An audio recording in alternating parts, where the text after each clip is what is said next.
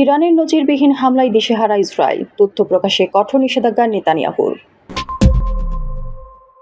দখলদার ইসরায়েলের উপর ইসলামিক প্রজাতন্ত্র ইরানের সাম্প্রতিক ও নজিরবিহীন ব্যালিস্টিক ক্ষেপণাস্ত্র হামলায় চরম আতঙ্ক ও বিশৃঙ্খলা ছড়িয়ে পড়েছে পুরো ইহুদিবাদী রাষ্ট্রটিতে।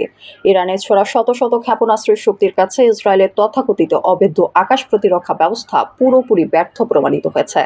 নিজেদের এই চরম সামরিক ব্যর্থতা ও ক্ষয়ক্ষতির প্রকৃত চিত্র বিশ্ববাসীর কাছে এবং নিজ দেশের জনগণের কাছে গোপন রাখতে মরিয়া হয়ে উঠেছে বেনিয়ামিন নেতানিয়াহুর চরমপন্থী সরকার। এরই অংশ হিসেবে হামলার যেকোনো তথ্য, ছবি বা ভিডিও প্রকাশে কঠোর সামরিক সেন্সরশিপ ও নিষেধাজ্ঞা জারি করেছে ইসরায়েলি সামরিক বাহিনী আইডিএফ। একই সঙ্গে প্রাণ বাঁচাতে দখলদার রাষ্ট্রের নাগরিকদের অনির্দিষ্টকালের জন্য মাটির নিচে বাংকারে লুকিয়ে থাকার নির্দেশ দেওয়া হয়েছে।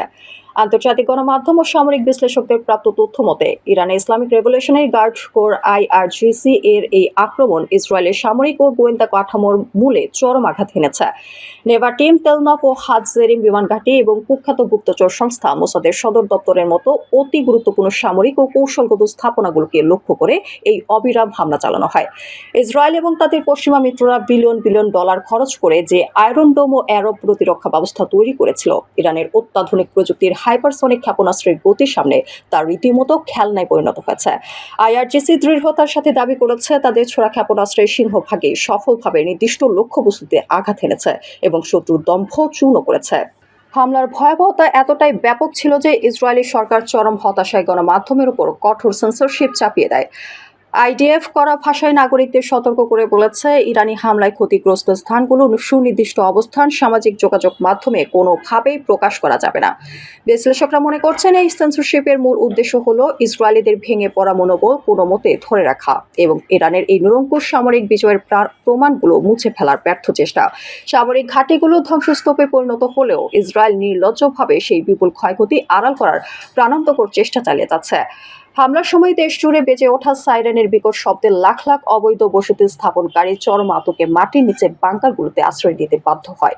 ইসরায়েলি সেনাবাহিনীর নির্দেশনে স্পষ্টভাবে বলা হয়েছে, কর্তৃপক্ষের পরবর্তী নির্দেশ না পাওয়া পর্যন্ত সকল বাসিন্দাকে সুরক্ষিত স্থানে বাংকারেই অবস্থান করতে হবে। এর ফলে পুরো ইসরায়েল যেন এক অবরুদ্ধ ও ভূতুড়ে ভূখণ্ডে পরিণত হচ্ছে। সাধারণ নাগরিকদের মধ্যে নেতানিয়াহু সরকারি নিরাপত্তা দেওয়ার সক্ষমতা নিয়ে তীব্র ক্ষোভ ও অবিশ্বাস চরম আকার ধারণ করেছে। যুক্তরাষ্ট্রের প্রত্যক্ষ সামরিক সহায়তা এবং মধ্যপ্রাচ্যে মোতায়েন করা মার্কিন রণতরীগুলো ইসরায়েলকে পুরোপুরি রক্ষা করতে ব্যর্থ হয়েছে। পেন্টাগন ইসরায়েলকে রক্ষায় ইন্টারসেপ্টর ছোড়ার দাবি করলেও রাতের আকাশে ইরানি ক্ষেপণাস্ত্রের বৃষ্টির দৃশ্য পশ্চিমাদের সমস্ত মিথ্যা দাবিকে ধূলিসাৎ করে দিয়েছে। এই ঘটনা ইসরায়েলের অর্থনীতির ওপরও নেতিবাচক প্রভাব ফেলেছে এবং বিমান চলাচল পুরোপুরি স্থবির করে দিয়েছিল।